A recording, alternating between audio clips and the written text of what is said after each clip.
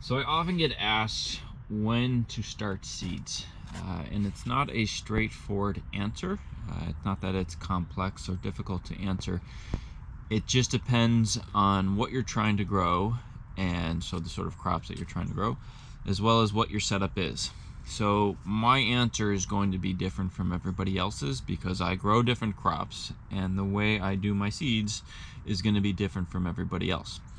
So there's many factors that go into germination. So in my case, I put everything in wind strip trays, but I also put everything in an unheated greenhouse.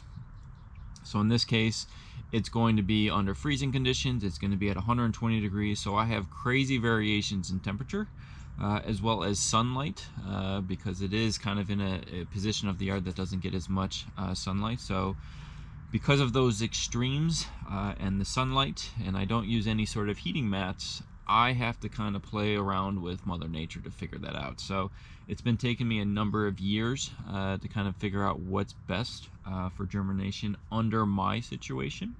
And I can at least guarantee you right now that starting anything mid-February is way too early, and probably up until mid-March was probably still a little too early. This year in particular, we started something end of March, which is the latest that we've gone, and I would say we've probably had the best germination out of all the previous years. Maybe the weather was a little nicer and did play a much larger role than the previous years because you can't control any of that. But definitely our germination rates were significantly higher than previous years. Does that mean we'll always go with the end of March? We'll have to see.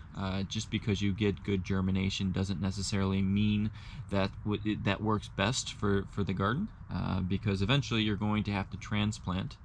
So yeah, we may have had warmer temperatures or more sunlight to have a higher germination rate.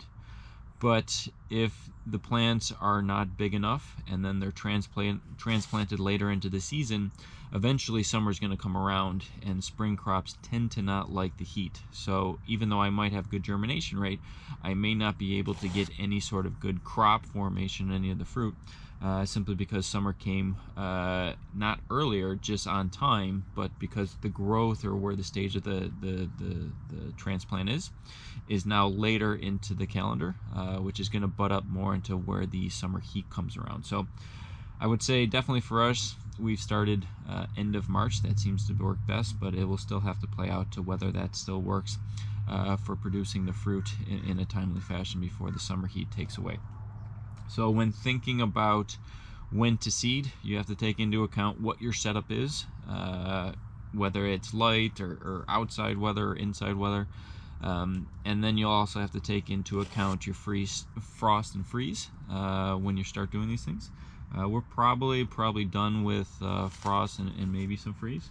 And so we were able to now mid-April go into our summer seeding. And we'll see how this plays. So everything now this year is 2 weeks, I don't want to say behind, but 2 weeks later, just to offer us hopefully a better chance of germination.